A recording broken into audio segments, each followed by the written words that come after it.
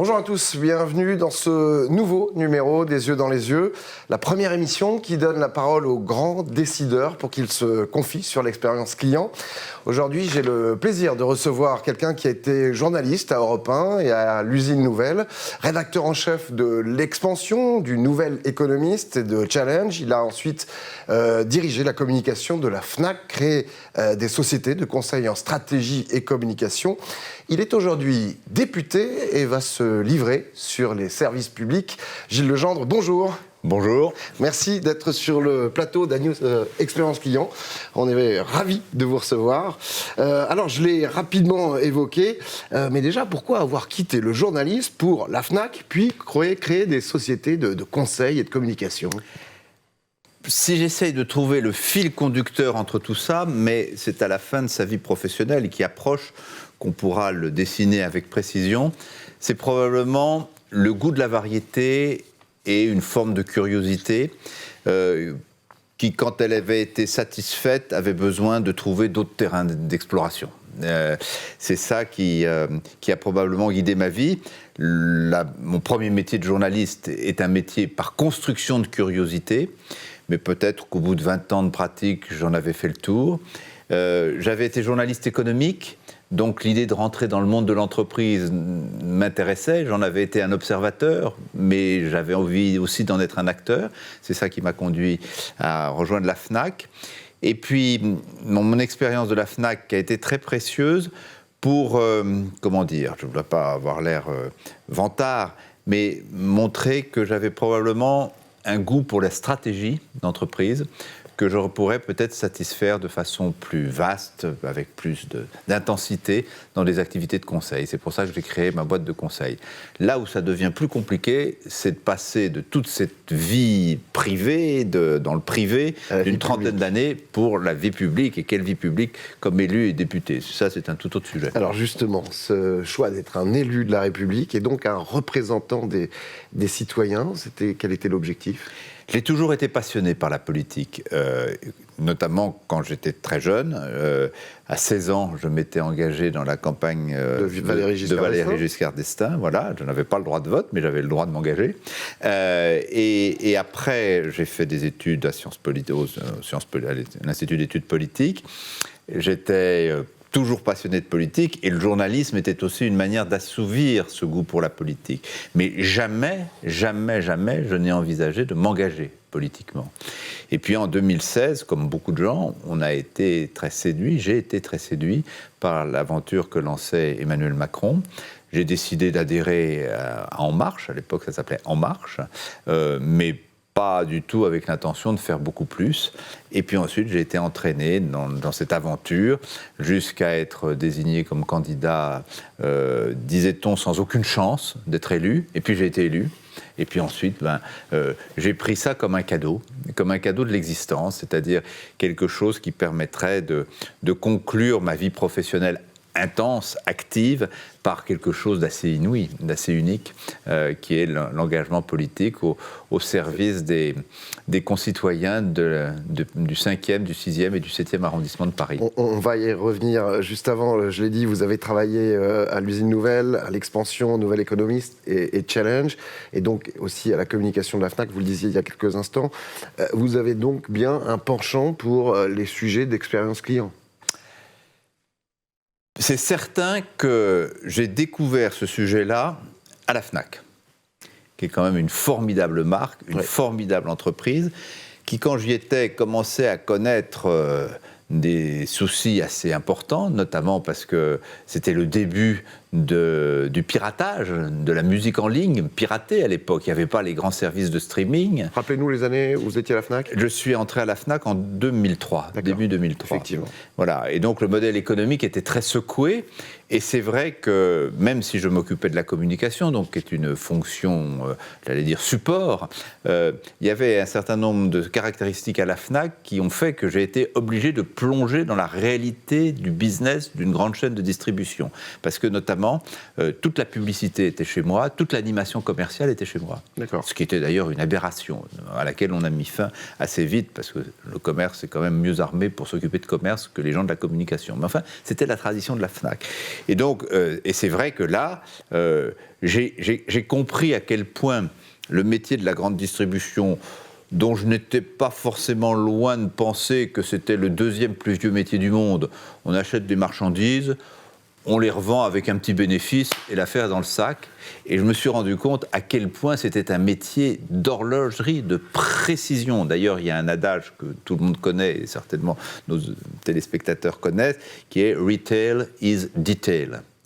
Et c'est vrai que là, j'ai compris à quel point le réglage, notamment autour de l'expérience client, de la manière dont il est accueilli, dont on organise son circuit dans un magasin, la manière dont évidemment on fait les assortiments, etc., était quelque chose qui répondait à une science extra fine. Et ça m'a beaucoup intéressé. Alors depuis 2017, vous êtes député Renaissance dans la 2e circonscription de Paris, si je ne me trompe pas, oui. Réélu en 2022. Vous êtes membre de la commission des lois constitutionnelles, de la législation et de l'administration générale de la République. Quelle vision avez-vous sur l'efficacité de l'action publique, finalement, qui est, on peut le dire comme ça, le cœur du réacteur de notre modèle démocratique? Vous posez exactement la question dans les bons termes. Aujourd'hui, notre pays subit une crise démocratique assez aiguë. Il n'est pas le seul. Tous les modèles démocratiques anciens, toutes les vieilles démocraties, comme on dit, sont à la peine. Parce que les pays, et donc les gouvernements démocratiques qui les gouvernent, dans les pays qui ont la chance de fonctionner en démocratie, ce qui est très clairement le nôtre, le cas du nôtre, ont à gérer et à relever des défis et des enjeux d'une violence et d'une complexité exceptionnelle. Et qui, du coup, déstabilisent les systèmes démocratiques. Parce que les concitoyens, évidemment, ils aiment la démocratie pour ce qu'elle est, les valeurs qu'elle porte, et Dieu sait qu'en France, on y est attaché, puisque d'une certaine manière, ces valeurs sont nées dans notre pays, sont ensuite diffusées dans d'autres, mais aussi, ils veulent que le système fonctionne. Ouais. Et à quoi mesurent-ils qu'il fonctionne ou qu'il ne fonctionne pas ? C'est pas la façon dont fonctionne le Parlement. Ils regardent ça à la télévision, de temps en temps, ils sont effarés par le spectacle qu'on donne, de temps en temps, ils sont intéressés, mais au bout du bout, les gouvernements sont là pour que les services publics fonctionnent. On est d'accord. Voilà. Or, aujourd'hui, les services publics français, les principaux d'entre eux, sont dans des crises assez aiguës qui fait que les Français considèrent qu'ils ne fonctionnent pas. Alors, il faut être très précis. Le sentiment général, qui est d'ailleurs très fortement excité par un certain nombre de courants politiques, que j'appellerais les courants populistes radicaux, vont vous expliquer que tout est acheté dans les services publics à la française. C'est une sottise extrême. Ce qui caractérise les services publics à la française, c'est un écart type insupportable entre ce que le service public font d'excellent, de mieux, et ce qu'ils font de médiocre. Et là, ça nous renvoie à l'expérience que j'ai pu avoir à la Fnac ou dans mes activités de conseil, où d'une certaine manière, c'est là que j'ai le plus travaillé sur la question d'expérience client. Aucune industrie de service ne supporte cet écart-là. Le propre d'une industrie de service, qui la différencie d'une industrie, c'est que c'est du prototype. Chaque service rendu est une expérience nouvelle. Et donc, nous met en risque. Un constructeur automobile, c'est le modèle qu'il doit construire. Je ne dis pas que c'est facile, mais une fois qu'il a été mis au point, que la chaîne est montée, que les voitures sortent. Alors, de temps en temps, il y a un petit pet qui s'est mis, on fait du rappel, etc. Mais enfin, bon, le service, à chaque fois, c'est unique. Or, le service public français aujourd'hui supporte un écart en ce qu'il fait. La santé, par exemple. Alors, on va y venir avec des chiffres concernant justement les services publics et les services rendus aux citoyens. Il y a un chiffre effarant, on peut le dire, qui vient de tomber le 26 janvier dernier, suite à une étude menée par le Défenseur des droits et l'Institut national de la communication. 40% des appels téléphoniques à la CAF, Pôle emploi, l'assurance maladie et l'assurance retraite n'aboutissent pas. Durée moyenne d'attente, 9 minutes. Insuffisance marquée dans les réponses apportées et un renvoi trop systématique vers Internet, sachant qu'il n'y a pas d'autre alternative au numérique, alors qu'en France, il y a quand même 13 millions de personnes qui sont en difficulté, voire dans l'incapacité d'utiliser le numérique. Je rappelle quand même que 15% des Français n'ont pas Internet chez eux. C'est anormal. Pourquoi une relation client-citoyen-contribuable aussi mauvaise ? Alors, d'abord, l'étude que vous citez est parfaitement exacte et nous avons tous, citoyens, consommateurs de services publics, des expériences qui résonnent parfaitement avec les chiffres que vous venez de dire. Ne tombons pas non plus dans la caricature. Il y a des services publics qui fonctionnent bien et qui fonctionnent très bien. Je reviens à cette notion d'écart. La santé, par exemple, en France, quand il vous arrive un énorme pépin, vous êtes souvent très très bien pris en charge. Mais dans le même temps, on est obligé d'organiser, c'était le cas la semaine dernière, un pont aérien entre Dijon et Nevers pour transporter 8 toubibs parce qu'on en avait besoin à Nevers. Donc vraiment, moi je ne veux pas céder à la caricature ni à donner l'impression que tous les services publics sont à la ramasse. C'est faux. Mais c'est vrai que la tendance n'est pas bonne. Et c'est vrai qu'il y a un certain nombre de situations qui sont plus que des irritants pour nos concitoyens, pour nous-mêmes, pour nous tous. Pourquoi ça ? Parce que je pense que nous sommes dans une équation délétère qui combine des services d'une qualité trop inégale. C'est vrai entre les grands services publics, mais c'est vrai à l'intérieur des services publics. Il peut y avoir des exceptions. Par exemple, je pense à l'administration des impôts, qui a fait un formidable travail de remise en ordre et de remise sur les bons rails des services qu'elle rend. Donc, premièrement, des services de qualité trop inégale. Et donc, avec une insatisfaction client qui ne cesse de croître. Deuxièmement, des agents publics qui sont chargés de produire les services publics, qui sont démotivés, et nous savons, puisque nous connaissons ces matières-là, que si le service n'est pas de bonne qualité, les agents ne peuvent pas être heureux ni épanouis. Ils savent que le travail qu'ils font est de qualité insuffisante. Je prends l'exemple des professeurs, des enseignants, qui savent parfaitement que le système ne fonctionne pas bien et qu'en dépit de leur dévouement, qui est immense, de l'attachement qu'ils ont à leur métier, ça va pas bien. Et du coup, ils sont démotivés, ils sont parfois dans des attitudes de repli corporatiste. Et troisième élément de l'équation, tout ça coûte un fric fou. Bien sûr. Alors, ça veut dire que ça a un impact sur les collaborateurs des différents services publics. Mais bien sûr, tout est lié. Est-ce qu'eux font suffisamment remonter les informations et les problématiques à leurs managers ? Ça, c'est une première chose. Est-ce que, dans le sens inverse, on leur apporte des solutions ? Alors, encore une fois, pas de généralisation hâtive. Il y a des services qui fonctionnent formidablement. Il y a des gens qui ont le sens du management, de la direction d'équipe, qui arrivent à les motiver. Donc, la fonction publique ou l'ensemble de la production du service public, c'est un ensemble énorme avec des millions d'agents, des dizaines de millions de clients. Navire. Donc, voilà, gros navire. Donc, ne cédons pas à la caricature. Mais tendanciellement, il y a deux choses qui pèsent sur la qualité du service public final.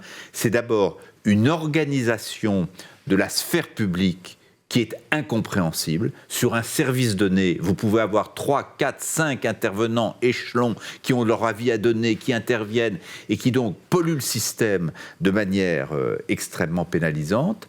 Et deuxièmement, je pense que la culture managériale de la sphère publique est insuffisamment développée.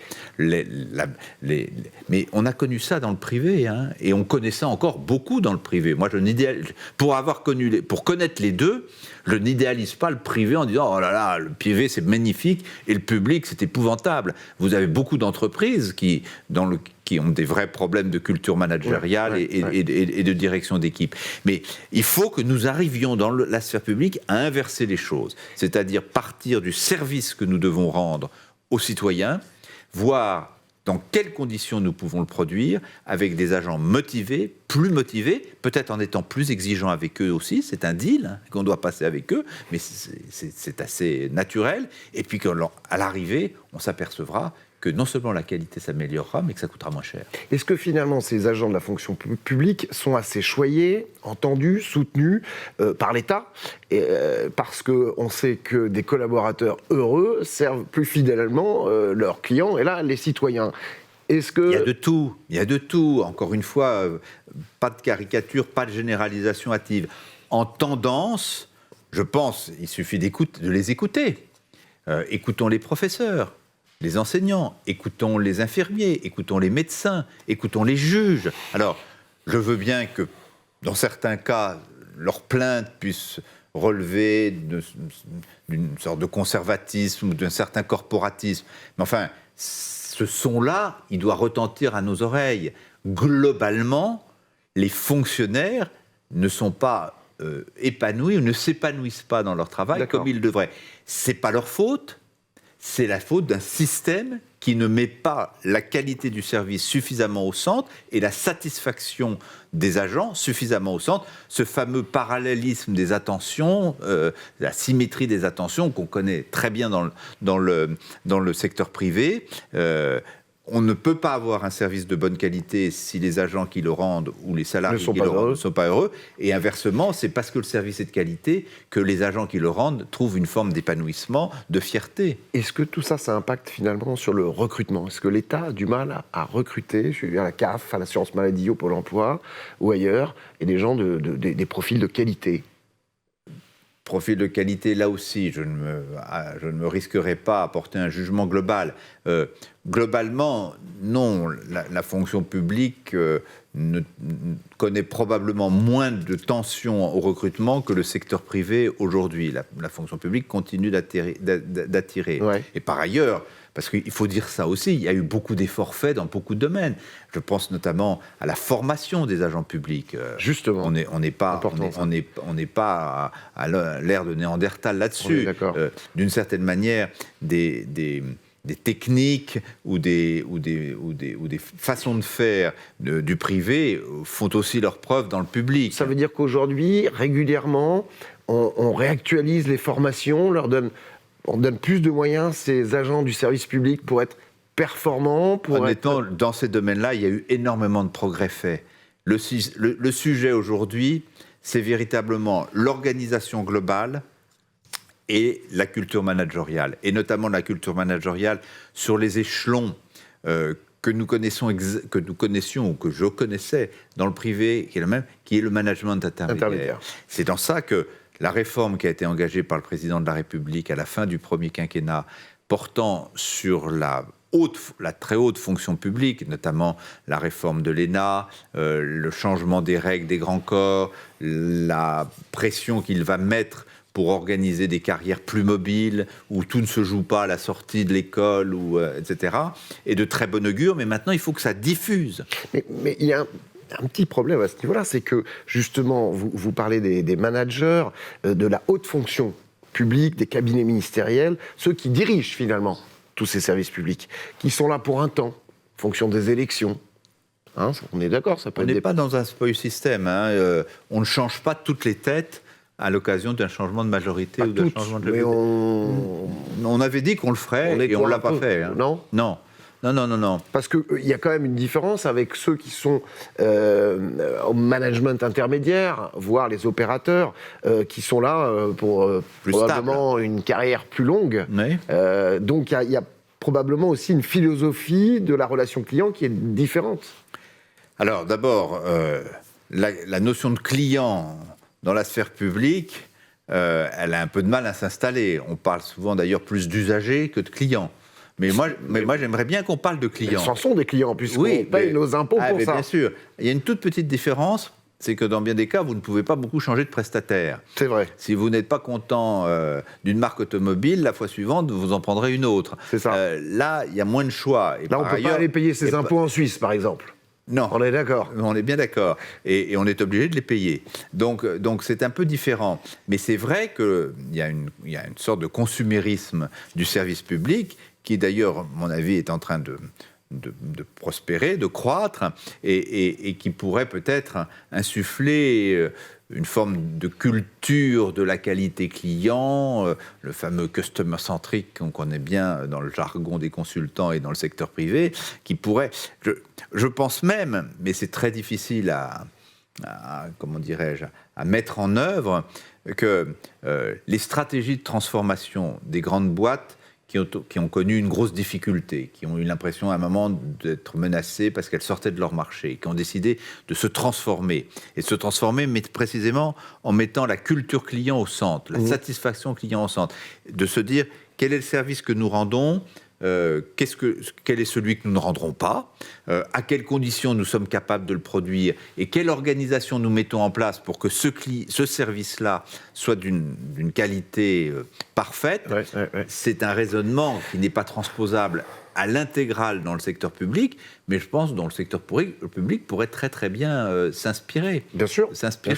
Alors, y compris quand de nouveaux services font leur attente. Si je peux donner un exemple, il y a une aspiration aujourd'hui des Français à ce que la sphère publique prenne en charge ce qu'on appelle le grand âge, la dépendance, parce qu'on sait qu'on va vivre beaucoup plus longtemps, mais pas forcément dans un état très, très confortable. Il va falloir apporter une réponse. Ça coûte une fortune. Ça a été évalué, c'est des milliards et des milliards. Bon, là, il y a un choix démocratique. Est-ce que la puissance publique prend en charge ce qu'on appelle ce 5e risque ? Je pense que si on interroge les Français, ils vont dire oui. Mais à ce moment-là, il faut leur dire, mais est-ce que parce que vous serez pris en charge sur ce service-là, vous êtes prêt éventuellement à renoncer à d'autres services qui vous sont offerts gratuitement ? Est-ce que, par exemple, dans le manière de la santé, vous êtes prêt à accepter que parce que vous serez pris en charge au moment où vous développerez des maladies dégénératives et autres, etc., ben, sur un certain nombre de soins courants, vous êtes prêt peut-être à renoncer à certaines choses. On ne pourra pas tout faire. De même qu'une entreprise n'est pas capable de tout vendre, ni de tout fabriquer, ni de tout vendre à tout prix et à toute qualité. Il y a des gammes, il y a des choses. Donc, il faut introduire une certaine souplesse dans cette manière d'imaginer le service public. Vous parlez au futur, je dis vous, pas spécialement vous, député, mais l'ensemble de la classe politique, souvent au futur. Il faudrait, on va. Qu'est-ce qu'on fait actuellement pour résoudre ces problèmes ? Parce qu'il y a des résultats quand même mitigés, on en parlait en début d'émission, concernant les services publics et ce lien avec le contribuable, le consommateur. Est-ce qu'il y a une prise de conscience au niveau de l'État ? Est-ce qu'il y a une réactivité immédiate ? Ces chiffres viennent de tomber. Qu'est-ce qu'on fait actuellement ? Alors, je ne veux pas dévaluer l'exemple que vous avez cité sur les temps d'attente téléphonique, etc. Je serais tenté de dire qu'il y a un certain nombre de marques privées que je ne citerai pas. Je suis d'accord avec vous. Qui mais là, on ne parle traitent du pas service formidablement bien leurs clients on parle du service public pour lequel l'État dépense. Pour lequel l'État, et donc nous-mêmes, dépensons beaucoup d'argent pour que ça marche. Très honnêtement, je pense que nous faisons beaucoup de choses sur des actions ciblées et qui peuvent changer assez radicalement la perception que nos concitoyens ont du service public. Je prends un exemple très, très, très, très caractéristique, l'école. Pendant le premier quinquennat, nous avons rendu l'école obligatoire à 3 ans. Nous avons mis en place des dispositifs de dédoublement de classes, qui fait que dans certaines zones, dans certaines écoles, ce qu'on appelle les zones d'éducation prioritaire, les gamins soient beaucoup plus pris en charge avec des plus petits effectifs. C'est très concret, c'est très efficace. D'accord. Et donc, voilà, oui, mais non, mais ça compte. C'est bien sûr que ça compte. Mais... attendez, je finis le raisonnement.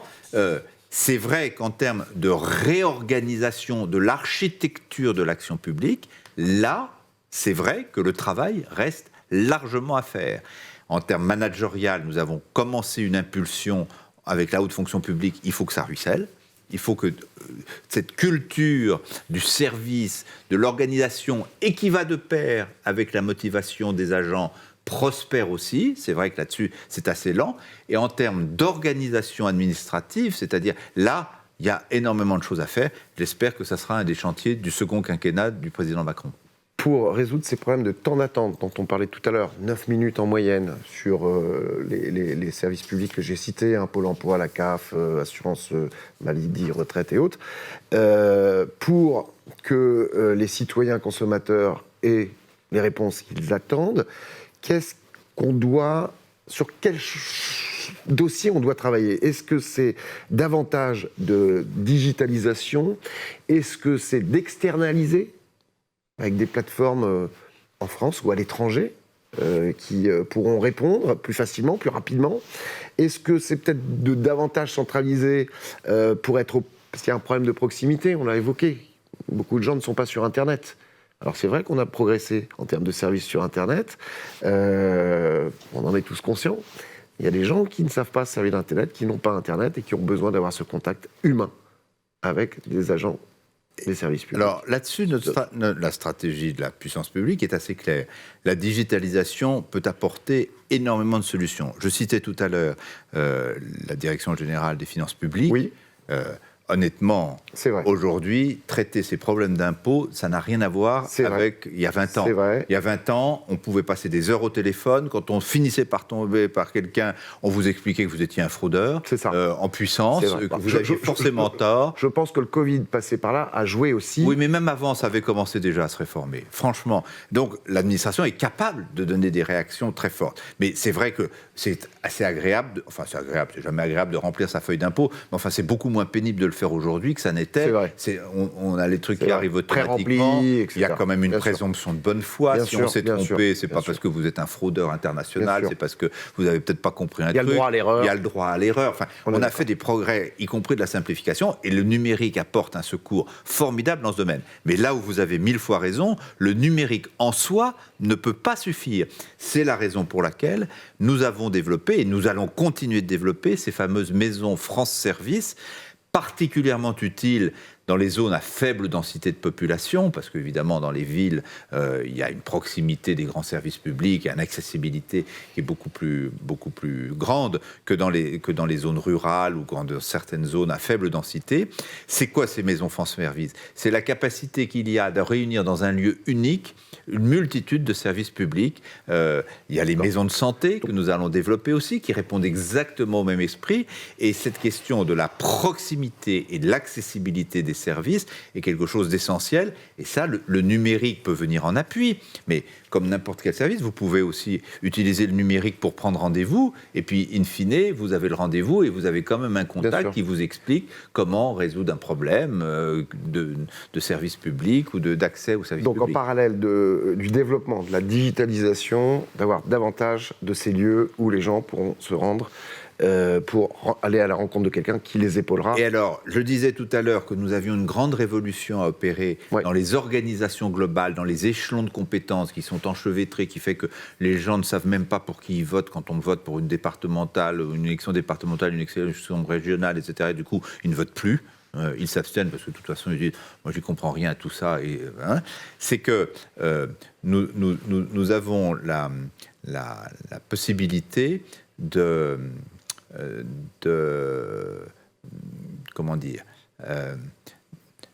diversifier l'offre de services que nous pouvons rendre par ces moyens-là. Et ça, ça peut être très, très utile. Très rapidement, Gilles Legendre, est-ce que vous pouvez nous raconter la plus belle expérience client que vous avez vécue dans le privé?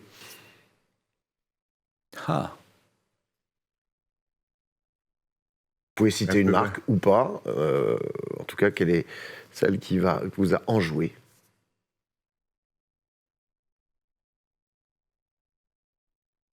Il y en a trop?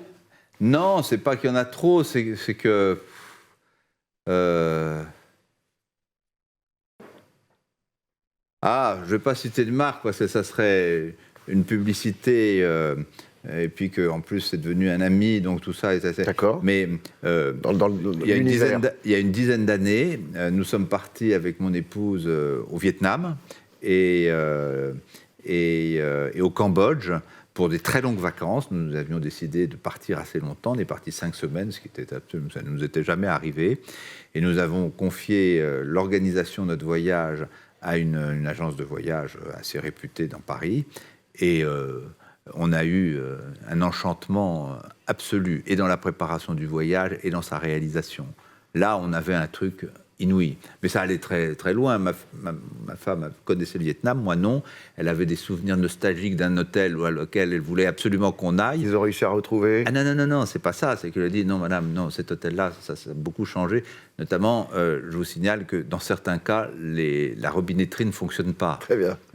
Donc, c'était ce niveau de précision. Non, voilà, ça c'est un moment enchanteur. Et votre plus belle expérience comme citoyen, client d'un service public?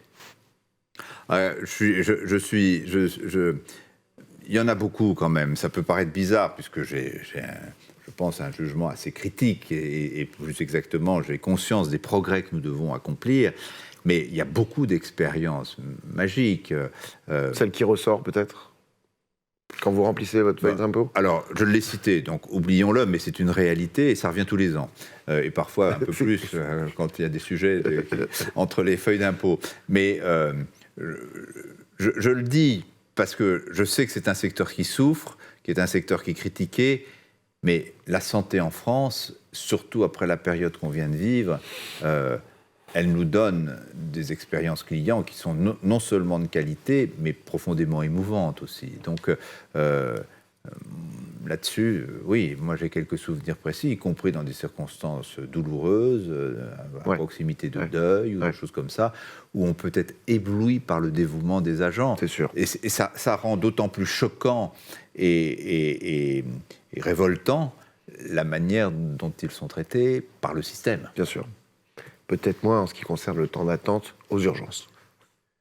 Mais bon, c'est un des symptômes d'un problème majeur, en effet, qui est lié aux désertifications de la médecine de ville, des difficultés de la médecine de ville, qui fait que beaucoup de gens pensent qu'il faut aller se faire soigner une otite aux urgences ou un rhume. Parce que c'est trop compliqué de trouver un ORL. Ça, là, on a un symptôme. Mais c'est ce que je vous disais tout à l'heure, l'écart. C'est cet écart qui est l'obsession de toutes les industries de services, c'est de réduire l'écart.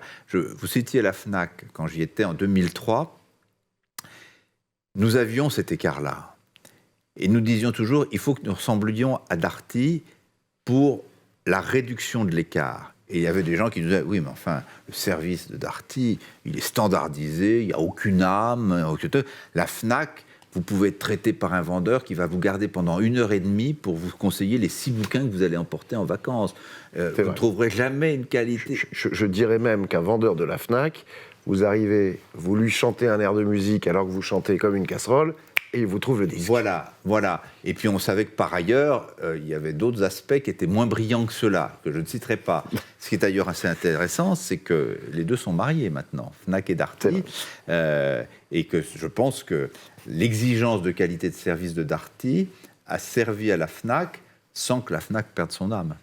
Merci infiniment, Gilles Legendre. Je vous en prie. D'être venu sur le plateau de Agnews Expérience Client. Comme vous avez milité pour Valéry Giscard d'Estaing, je ne peux que vous dire, Gilles, au revoir. Voilà, merci de nous avoir suivis. À très bientôt pour un prochain Les Yeux dans les Yeux. En attendant, prenez soin de vous. Ciao.